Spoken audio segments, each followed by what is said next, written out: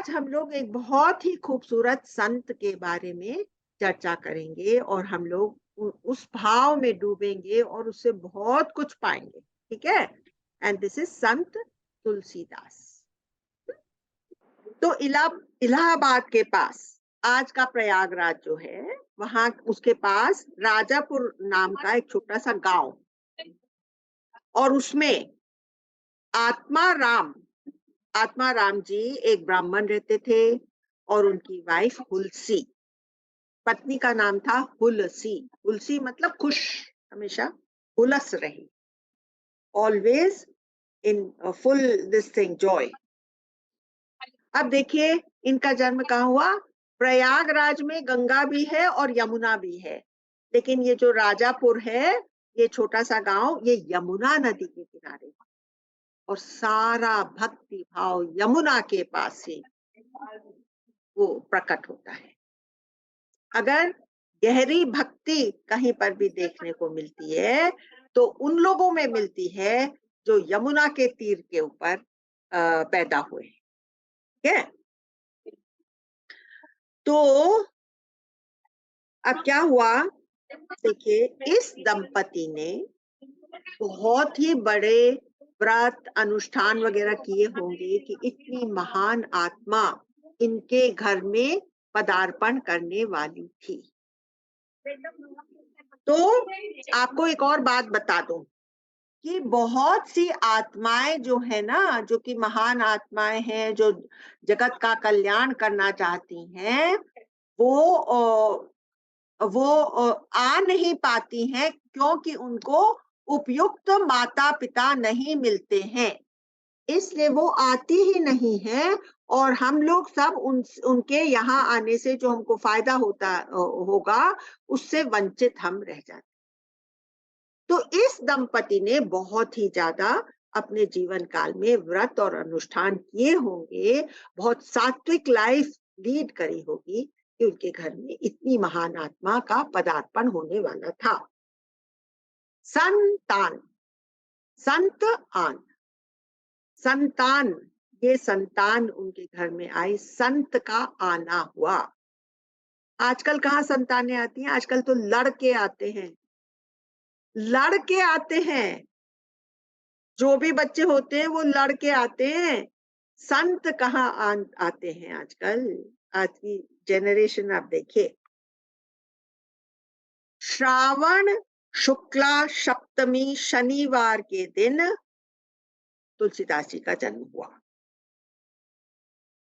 सूचना जो पिताजी को मिली तो बालक का जन्म तो हुआ है, पर कोई खुश होने की खास जरूरत दिख नहीं रही है, क्योंकि ये बालक तो ऐसा दिख रहा है जैसे कि कोई 5 साल का बच्चा हो और इसके 32 दांत हैं।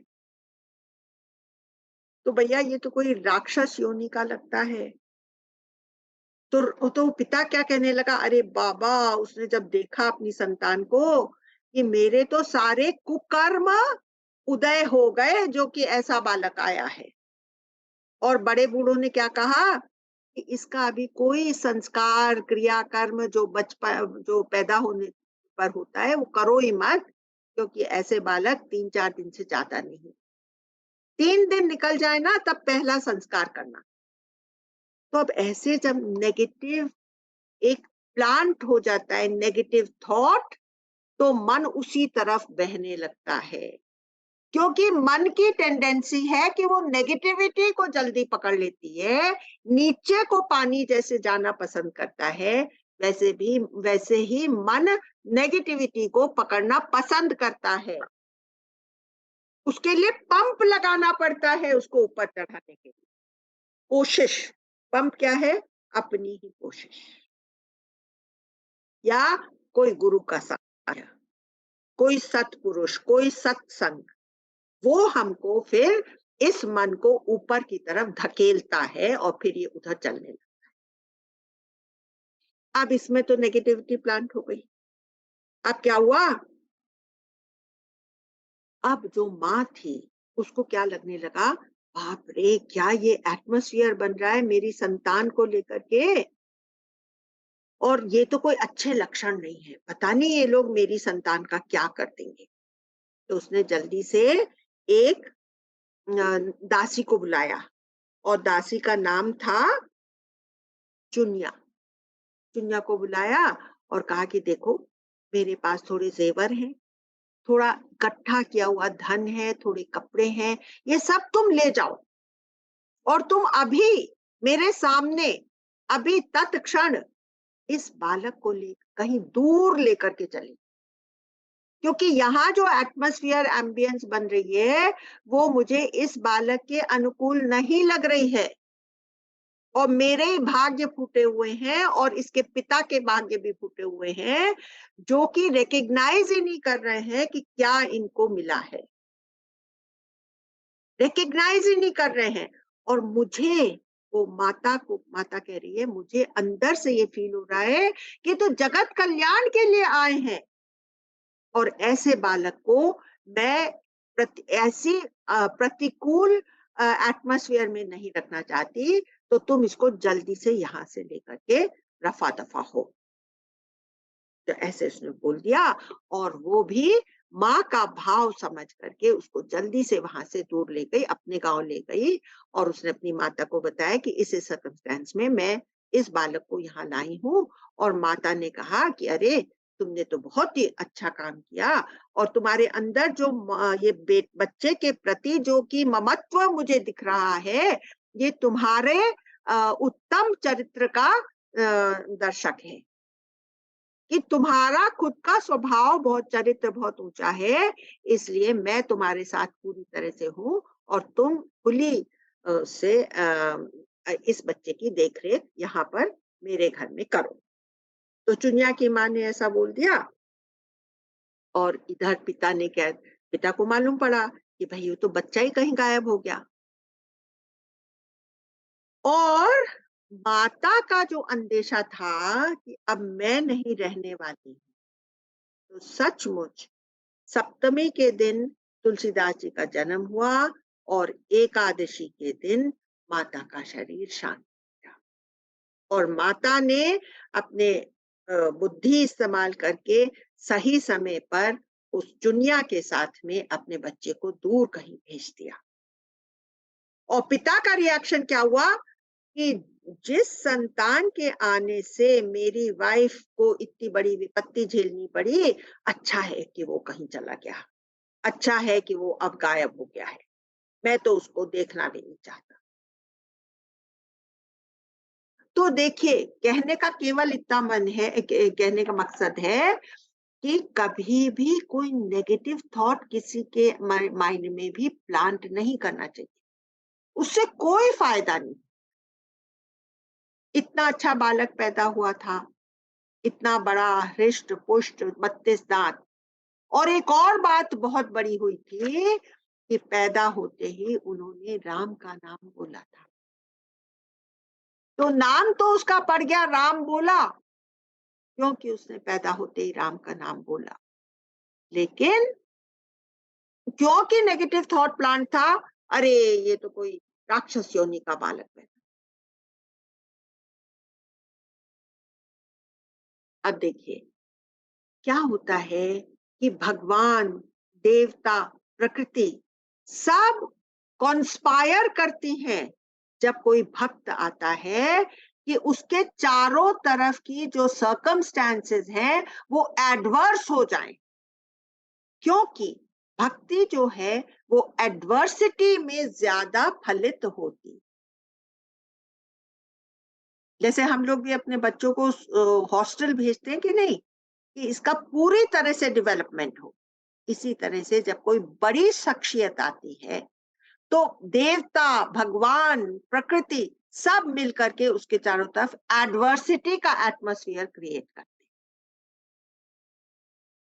ठीक है, थोड़ा थोड़ा संभालते भी रहते हैं, लेकिन ज्यादा एडवर्सिटी का एटमॉस्फेयर है। तो क्या हुआ कि 5 साल तक तो वो उस चुनिया के यहाँ आराम से पलता रहा बच्चा। अब 5 साल में एक बड़ी घटना हुई। तो क्या हुआ कि चुनिया जो कि इसको संभाल रही थी, उसका वो भी भगवान को प्यारी हो गई।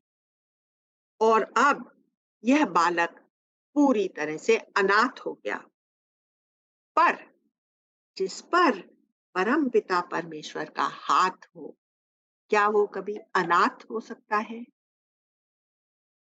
जिसके साथ राम हो, क्या वो कभी अनाथ हो सकता है? तो देखिए, प्रैक्टिकली स्पीकिंग, संग सखा सब तज गए, तब भगवान आते। तो वो बच्चा अब कहाँ, उसके पास तो कोई ठौर ही नहीं रहा। तो जहां जगह मिलती वहां रह जाता, जो खाना मिलता वो खा लेता। पास में ही विश्वनाथ का एक मंदिर था, वहीं राम बोला रहने लगा, जो मिलता था सो खा लेता था। पर यहाँ वह महादेव की शरण में, विश्वनाथ के मंदिर में था ना, तो जगदम्बा को दया आई और नित्य वे आती थी, थाली परोस कर लाती थी और उसको खाना खिलाकर चली जाती। तो अब ये जो अनाथ बच्चा था, इसका शरीर तो हृष्ट पुष्ट होने लगा और सब देखते देखते अचंभे में आ गए कि भाई ये, जिसको कोई संभालने वाला नहीं है, कैसे ये इतना वेल नरिश्ड बच्चा की तरह से वो बड़ा हो रहा है। तो एक औरत ने ठान ली कि मैं तो आज देख के रहूंगी कि कौन इसको खिलाता है।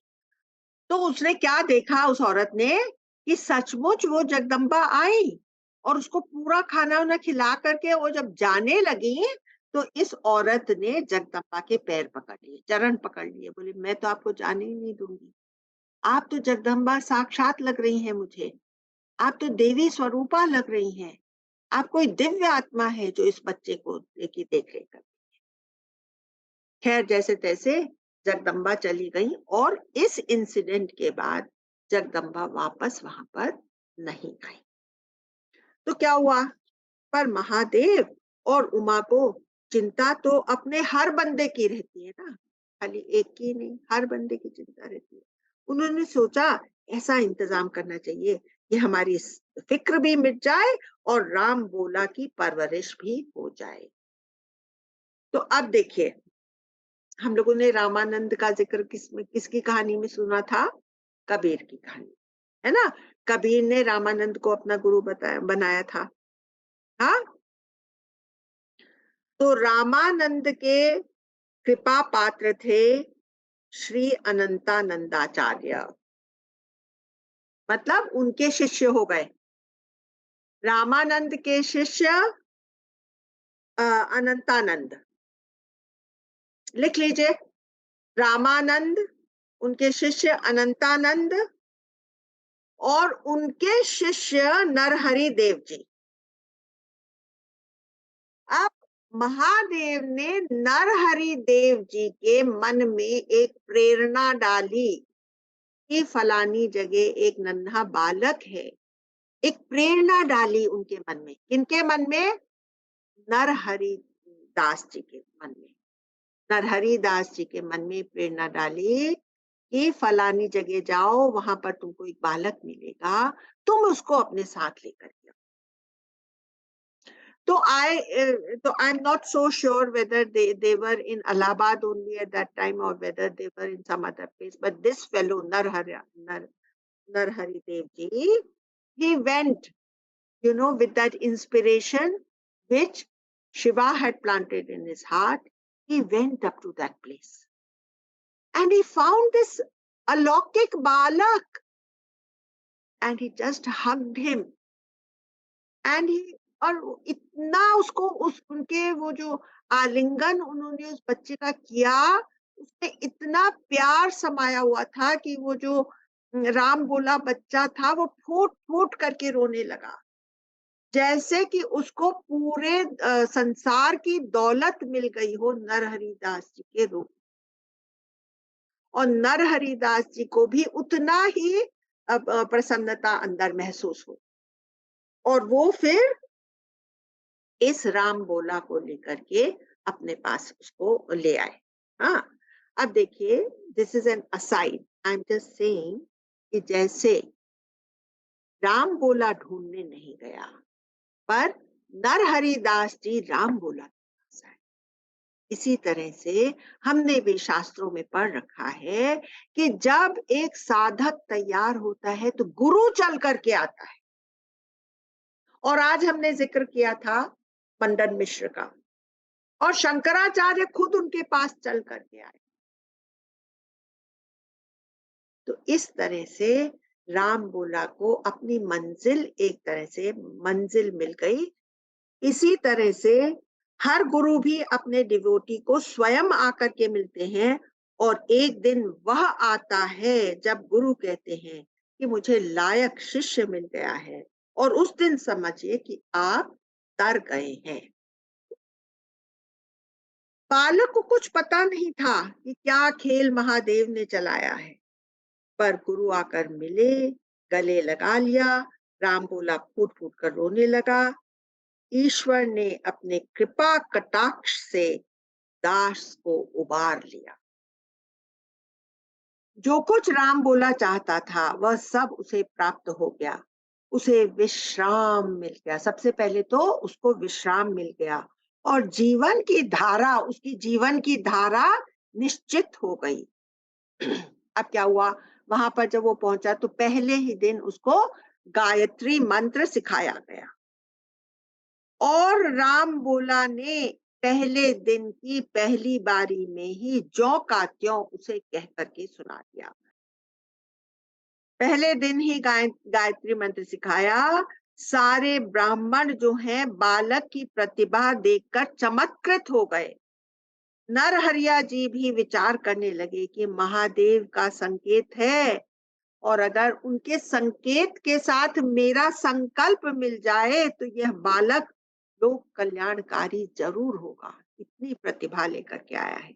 विद्वानों ने शास्त्र पढ़ाए, वेदों का पठन पाठन सुलभ हुआ, बहुमुखी प्रतिभा से संपन्न हो गए श्री तुलसीदास जी। गुरुदेव ने प्रसन्न होकर यह नाम, कौन सा नाम, तुलसीदास, राम बोला का अब नाम पड़ गया तुलसीदास। अब ये नरहरिया जी और तुलसीदास जी, ये सूकर क्षेत्र में दोनों निवास करने लगे, और जहां मन उनका लग जाता था वहीं वो रम जाते। पूरे हैं वही मर्द जो हर हाल में खुश होते। अलमस्त थी ये जोड़ी। किसकी जोड़ी? नरहरिया जी की और तुलसीदास जी। तो क्या हुआ कि एक इंटरेस्टिंग बात, जिसने सत्संग को अपने जीवन का आधार बनाया है, प्रभु उसके निकट अवश्य आ जाते। भगवान खुद खोजते हुए उसको आ जाते। राम बोला को सत्संग मिला, गुरु का आश्रय मिला, भगवान सदा उसके मन में विराजमान रहने लगे। तो तुलसीदास, राम बोला अब तुलसीदास हो गए। गुरु की सेवा करते हुए जीवन के सब कष्टों और अकेलेपन से दूर हो गए। उनको मालूम ही नहीं पड़ा कि कैसे उनका जीवन बाल्यकाल बीत गया है, और कितने कष्ट उनको झेलने पड़ रहे हैं, उसकी उनको याद भी नहीं रही। इतने वो तृप्त हो गए, कंगाल से शहंशाह बन गए। ऐसी मन में तृप्ति आ गई। गोस्वामी जी का मन होने लगा कि भगवान की कथा में गाऊं। जिस जिसने उसको पाया है, उस उसने उसका गुण गाया है। वाणी को वो सामर्थ्य मिले कि मैं गा सकूं। प्रेम जैसे पनपना शुरू होता है, वह गाकर और अधिक बढ़ने लगता है। जैसे कि एक अंकुर फूटा प्रेम का, भगवत प्रेम का अंकुर जब हृदय में फूटा, तब मन होता है कि कैसे उसको गा करके सुनाए। और जैसे जैसे वो गाने लगता है तो वो अब अंकुर, वो अंकुर नहीं रहता, वो विशाल वृक्ष बन जाता है, जिसकी छाया में बहुत से लोग ज्ञान को प्राप्त करते हैं। तो अब क्या हुआ कि जो गुरुदेव थे ना, नरहरिया जी, उनको लगने लगा कि ज्ञान का एक एक पॉइंट, इस तुलसीदास के हृदय में समा जाए, जिससे कि इसके गायन को और उत्कृष्ट बन जाए, जिससे इसका गायन और उत्कृष्ट बन जाए। और जब ये जन कल्याण के लिए ये गाना गाएगा, तब उसके अंदर से ज्ञान के मोती झरेंगे, क्योंकि उसके अंदर इतना ज्ञान समा गया है। तो अब क्या हुआ कि इसी समय काशी में एक पर्व हुआ और उसमें हरियानंद जी, नरहरियानंद जी और तुलसीदास जी उसमें सम्मिलित होने के लिए काशी पहुंचे। अब वहां पर नरहरियादास जी और एक महान आत्मा जिनका नाम था शेष सनातन जी, वो गंगा किनारे बैठ करके लंबी चर्चा करते थे, भगवत चर्चा। और इसका आयोजन रोज शाम को होता था। और ये जो बालक था, ये ऐसे मुग्ध होकर के उनका वार्तालाप सुनता रहता था। तो जो शेष सनातन जी थे, वो भी इस बालक से बहुत इम्प्रेस्ड हो गए कि इसका ध्यान तो एक सेकंड हटता ही नहीं है, ये सत्संग में ऐसे रम जाता है। तो जैसे उनके भी आशीर्वाद इसके ऊपर, जो कि कल कल का राम बोला और आज का तुलसीदास, इसके ऊपर बरसने लगे। किसके आशीर्वाद? शेष सनातन जी के। और उन लोगों की आपस में वार्तालाप होती थी, तो वो तो बहुत ही खुश होते थे। अब समय आ गया है, मैं इसको वाइंड अप करती हूँ, लेकिन इसके लिए मैं इस बात से एक असाइड निकाल करके हम सबके लिए वो कहना चाहती हूँ कि जब आपकी कोई सहज बात गुरु को इतनी भा जाए कि अंदर से उसके अंदर से आशीर्वाद, जैसे हमारी शशि जी गई थी ना गुरुदेव से मिलने के लिए, तो ऐसी गदगद गदगद हो रही थी वो कि जब उन्होंने गुरुदेव के चरण छुए, उन्होंने कहा मैंने तो जाकर के गुरुदेव के चरण पकड़ लिए। उनका इतना भाव था। तो ये जो भाव, अपने अंदर का भाव है, ये भी गुरु से कुछ न कुछ निकालते। और जब गुरु हमारे अंदर कोई ऐसी एक बात देख लेते हैं जिसके ऊपर वो कमेंट करना चाहते हैं, जिससे कि वो प्रसन्न हो जाते, तब गुरु का आशीर्वाद भर भर लोटे हमारे ऊपर पड़ता है। और ये ही ग्रेस जो है, ये हमको ऊपर चढ़ा दे। तो हमको हमेशा सोचना चाहिए कि हम गुरु को कैसे रिझाएं। गुरु को रिझाने का एक कोई भी तरीका सोचना चाहिए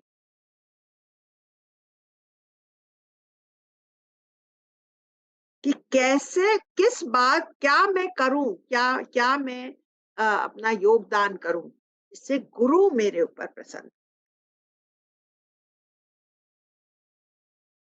ठीक है।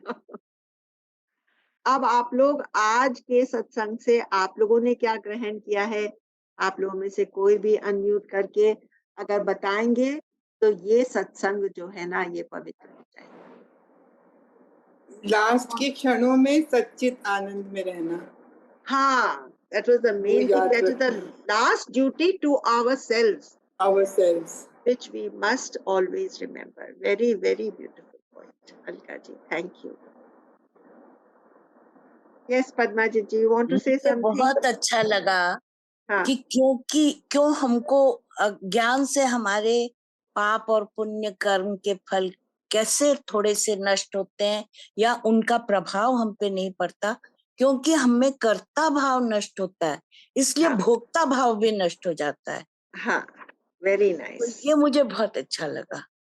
इसके ऊपर मैंने एक्चुअली कुछ लाइनें लिखी थी पातंजलि से निकाल करके।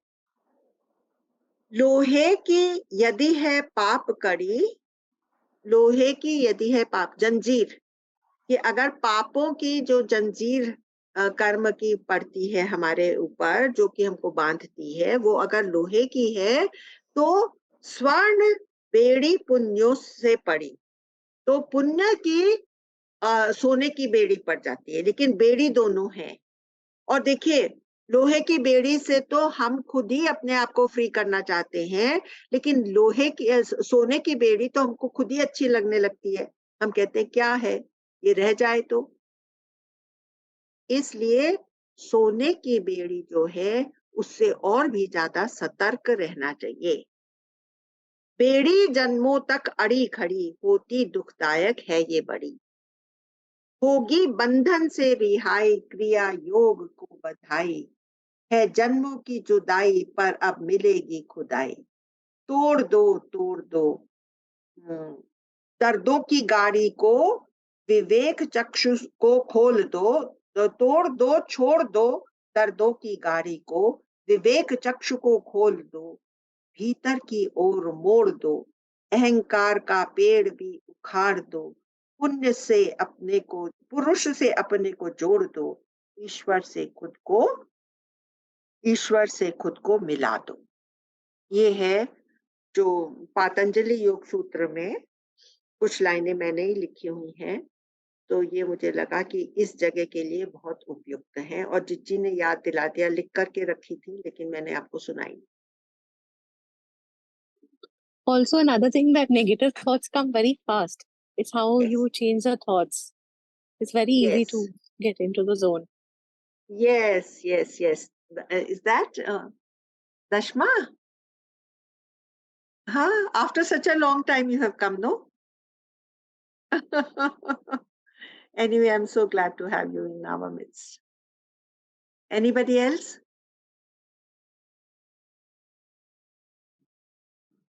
Shalini, Roxana? You know, that point which you brought out, that in the posture there is a way to, to do meditation. There are Yes. restrictions in the posture, that. Yes. But It's at the same time, we have Yog Nidra.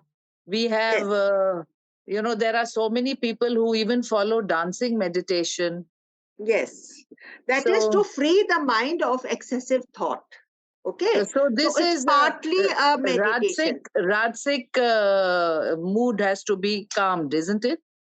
राजसिक mood में भी हम अपने mind को जब still करना सीख जाते हैं तो mind bye and large still होने लगता है। Basically whenever excessive thoughts are coming, just tell your mind, I don't want to entertain these thoughts. So excessive thoughts at all time have to be just removed. So even while walking, you can be doing contemplation of Brahma, but meditation where you want to enter the stillness that is your source, that is best achieved in Auntie, but you can also, like when you're doing meditation, you can also sleep while sitting, fall asleep. Like you said that should be the posture while sitting. But Yes. even while sitting, you can fall asleep if you're lying down also. You So can be if you awake. allow that tamas to come over you, then at any time that will come over you.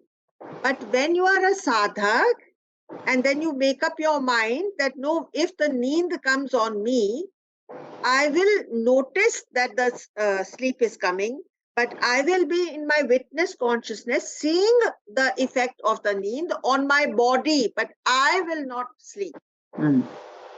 So you have to be very alert and do not allow yourself to sleep.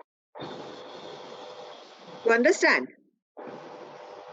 So, there's this person, he has suggested to me that you take a little bottle of water and you put it in the freezer.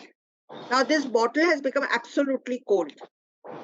So if you can keep that, you can atcow that small little bottle in your pant, belt which you tie around. And that coldness will prevent you from falling asleep also. I'm telling you, it can have various benefits. Suppose you're having a pain in your back. Like Roxana was just sharing with me that her backbone really gives her pain. So she takes this little freezing bottle and she puts it at the back where she's feeling the pain. It will help her. For Dashma, the same thing in this hot weather, it will help her from falling asleep. So various ways we can make use of this. If you're getting an itchy sensation, this cold water can really be very helpful. Bottle of ice cold. It's like an ice pack, and it can be with you all the time. So with these words, I take your Thank you. Thank you so much. Thank you. Thank you so much. Thank you. Thank you.